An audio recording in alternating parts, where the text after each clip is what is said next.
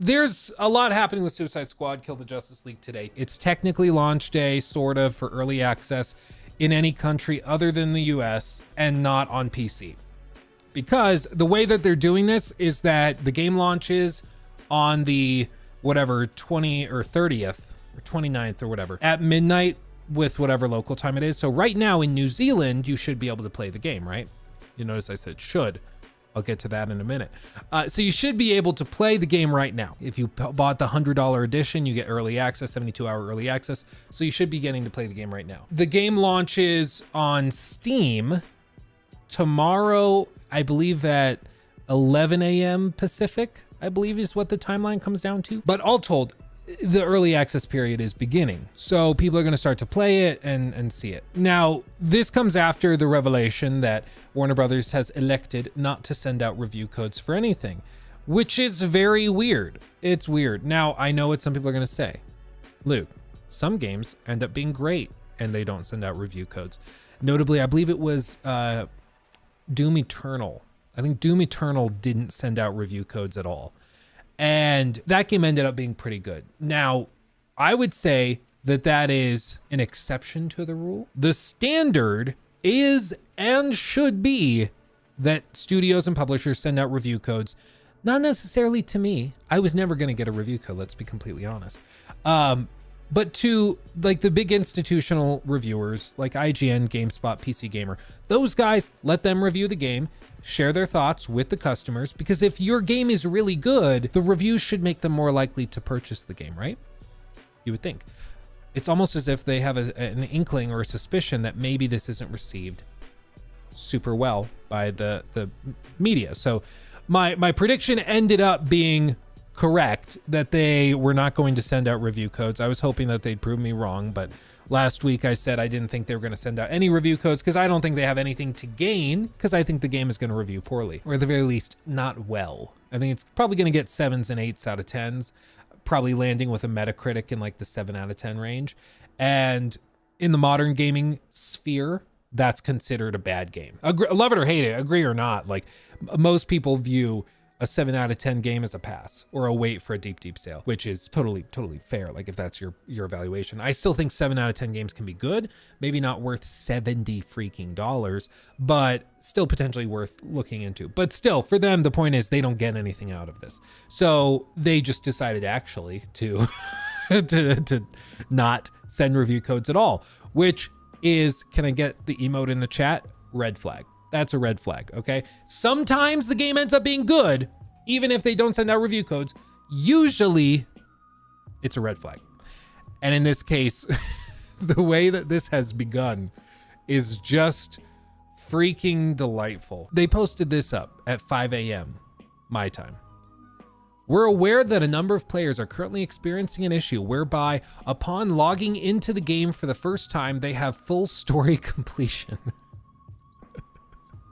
To resolve this issue, we will be performing maintenance on the game servers. During this time, the game will be unavailable. We expect this to take several hours and we'll update once we have more information. Apologies for the inconvenience. Straight up, if you were, and this was 5 hours ago, still no update, okay? If you logged into the game with early access, having paid $100, you would instantly receive all the completions and everything for completing the story in its entirety. All of the like chapters unlock for you to replay or whatever. Like immediately the game's just like, you did it, game over. Just from logging in. I don't know how that happens, like without them testing the game and being aware of it. I genuinely have no idea how that even begins to occur, but apparently it did. Apparently it did. So when I woke up this morning, I was like, ooh, let's go see. So I pulled up Suicide Squad on Twitch because it's launch day technically for early access, right? You'd think that there'd be people in there streaming it, talking about it, hyping it up, getting really excited.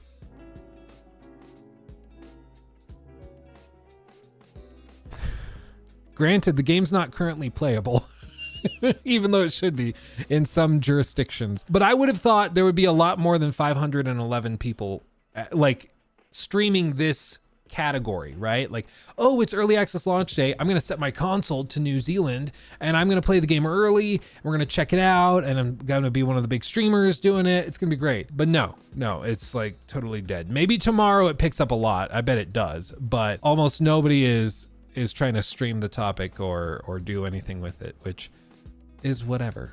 It's whatever. There was it looked like a Russian streamer that was streaming it earlier before it got shut down for like 20 minutes. He was playing it. Couldn't understand a word he said because I don't speak Russian. Shocker. But he didn't get past like the tutorial section, which is just whatever. It's funny. Last of Us Part 2, but oh golly. It's just a mess. And then some people are like offline mode needs to be a top priority. And they show this.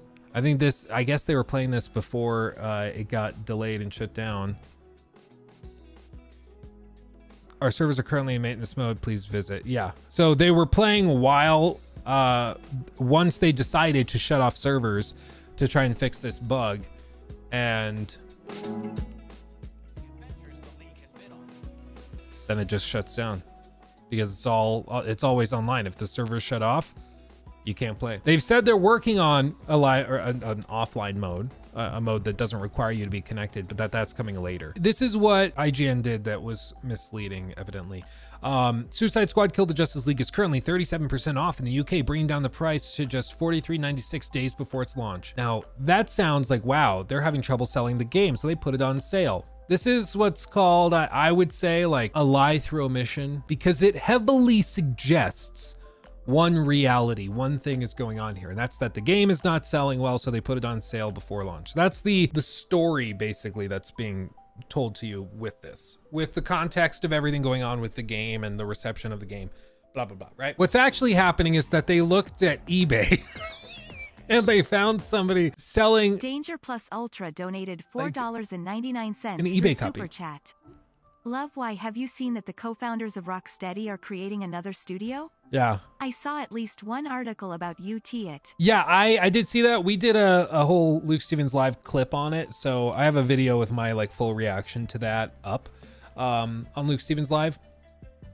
And yeah, I mean, I think it's just because Rocksteady, as we knew, is no longer a thing. It's now a live service support studio for Suicide Squad. So I don't think Spencer Corbus donated $5. That new studio will be the new thing. It's sort of a lie by omission, right? Like it makes you think one thing when you read this, but it's not actually that. What is actually happening is that they went on eBay and they found a listing for the game that has it at like $43.96. But as you can see, it's out of stock. It only releases on the 2nd. So it's a order for a pre-order. And this is something that people on eBay do all the time because it gives their shop, whatever this one's called, yeah, the game collection, it gives their shop a higher ranking in the search results because it's getting so many clicks on this listing. So all of their other listings go up. And so it's basically just an engagement farming tactic. That's all it really is. Like, yeah, they eat $5 on a per unit thing. Maybe they got it through bulk by ordering through like the direct distributor if they're big enough or something, but they might eat a little bit, but the total promotion they get for their store is worth that amount. So they're happy. But IGN took it and made it sound like the game was on deep sale because it's not being successful. Now, IGN can always just go, well, what we said was all factually true. It's currently 37% off in the UK.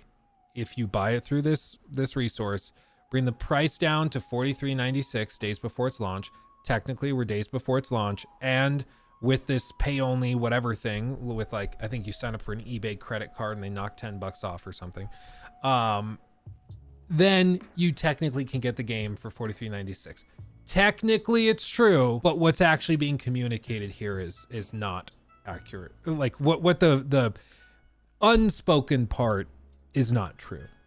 You know, feels like companies chase the revenue of live service games, but not the demand, which seems counterintuitive to business. You make a product because there's a consumer need for it. Plus, companies underestimate how much is needed to support it long term. Yeah, I think what it is it's these executives that just look at something like, I mean, Fortnite or or any of these extraction shooters, Destiny, anything like that. And they see that they just print money, and seemingly they're like, wait, we don't have to release an entirely new game every year. And wait, we also can just do really cheap, lazy stuff. Like we can just release a skin and sell that for $30. It's like that's half of a new game. And they're just buying that to have a different skin in the game. That's crazy. So the incentive and the potential reward and profit is extremely high.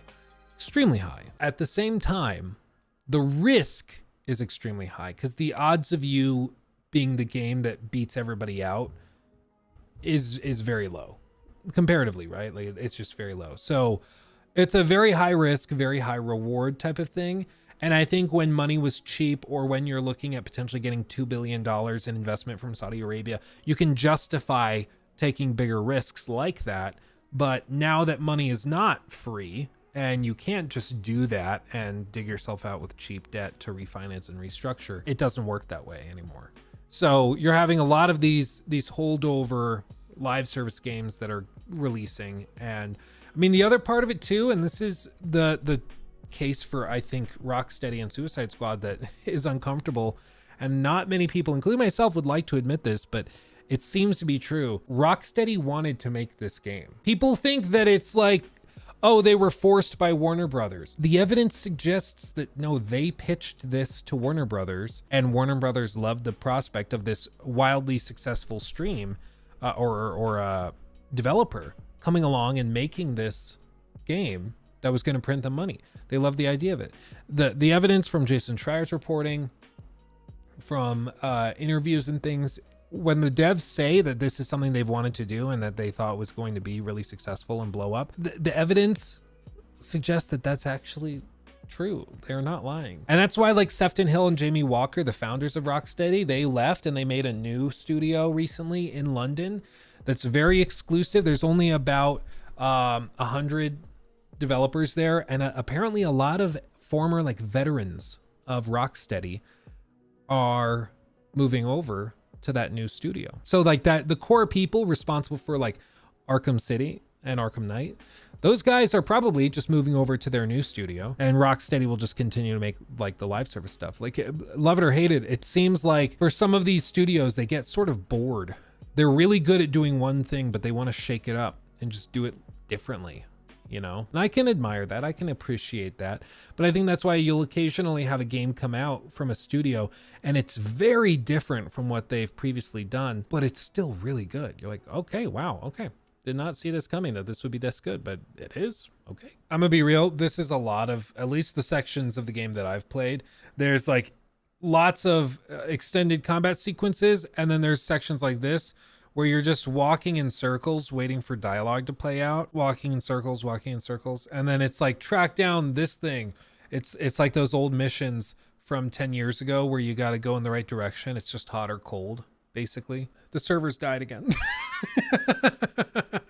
I feel bad for the devs that were like really excited for launch day, because if you don't know, this can also make it even funnier. If you don't know, a lot of studios do like launch day streams or parties in the office. So everybody gets around and like sits around the conference room table. They order in catering. Everybody's really excited, got party hats on.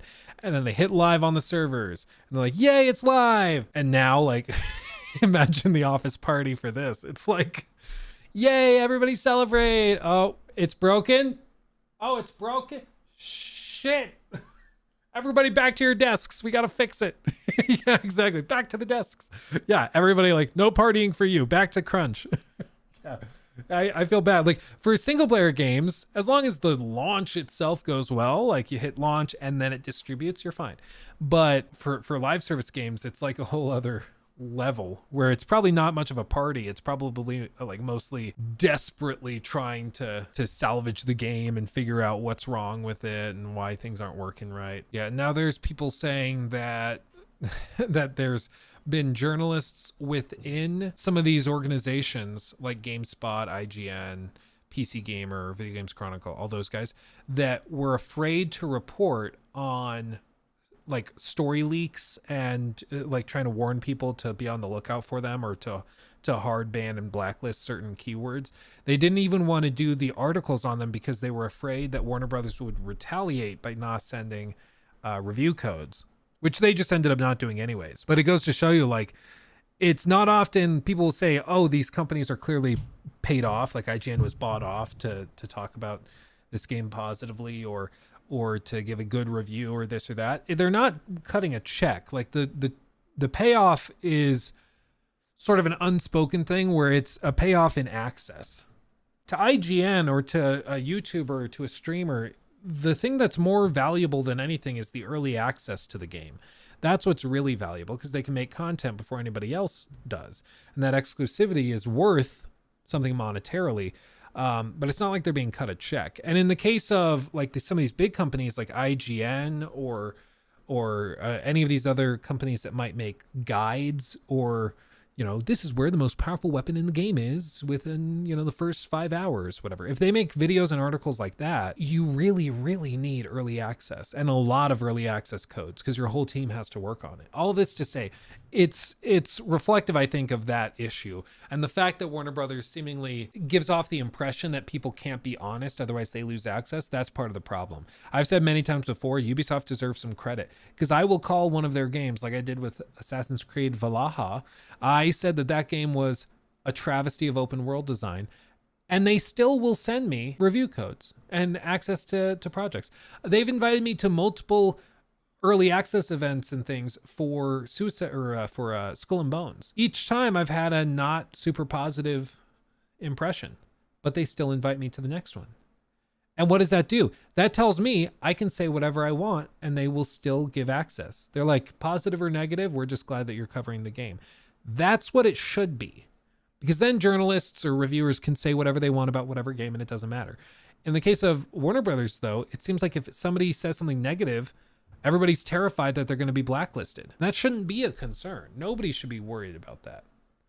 That really should not be a thing. They initially shut the servers down because they had a bug that was causing players to fully unlock the story upon login, basically, which is ridiculous. But that's basically, I'm guessing, how players were able to get that last cutscene leaked. Because I'm assuming if you complete the whole story, you can go back through those story chapters again. So I think somebody logged in, saw they completed the story automatically, and then they just loaded in during that like 30-minute period when the game was running, and they logged in to that final chapter of whatever Batman whatever and captured that footage, and then went and uploaded that. So they shut the servers off at that point, and then they said they identified a fix or the problem and were testing a fix, and then they turned the servers back on. You guys were saying the servers were back on for approximately 25 minutes, and then they shut them off again, and they're still off, and streamers still can't get in. And so now all the streamers are just watching videos. Awkward. Does that even happen? I genuinely have no idea.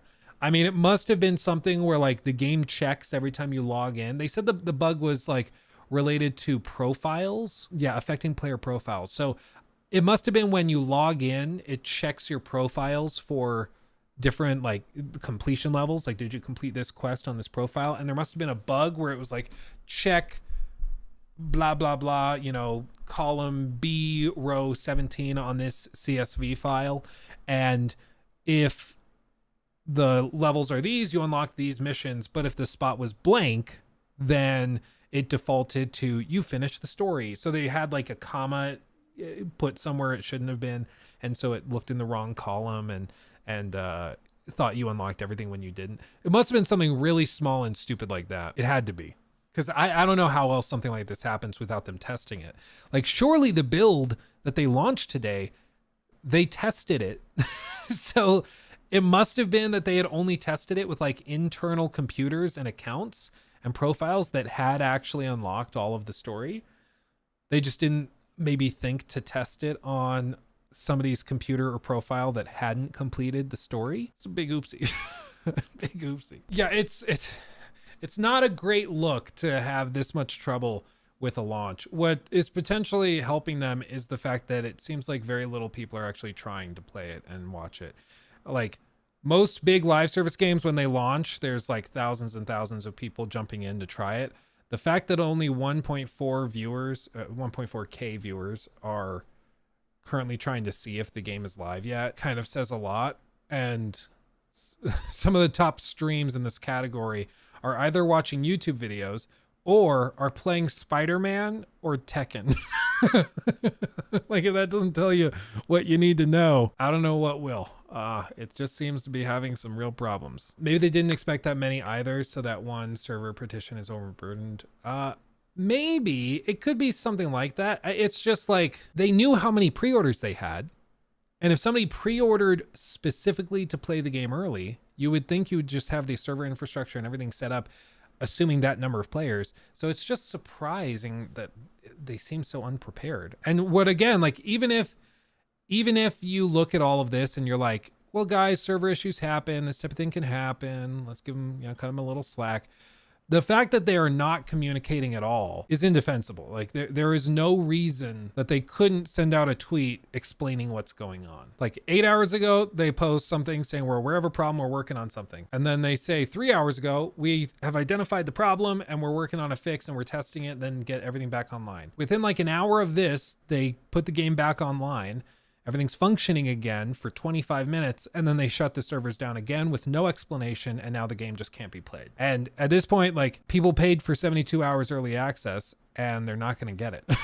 They might get 60, Crybaby River. Oh no, only 60 hours. I get it. But there is a problem when you paid for X and you get X minus 12, But the people that are buying the game right now and trying to play it early are the fanboys that are going to make excuses for it anyway. So I hope people take the opportunity to go and refund, because they're not getting what they paid for. Even if you still want to play the game later, buy the regular edition, save yourself $30, like, but me saying this makes me a hater. I'm like, oh, maybe instead of spending $100 for a game to play it early when you can't play it early, maybe return it, only spend 70, get the game at launch when it's actually playable. We're assuming that, but allegedly, and save yourself $30. But I guess that makes me a hater. He took my thing.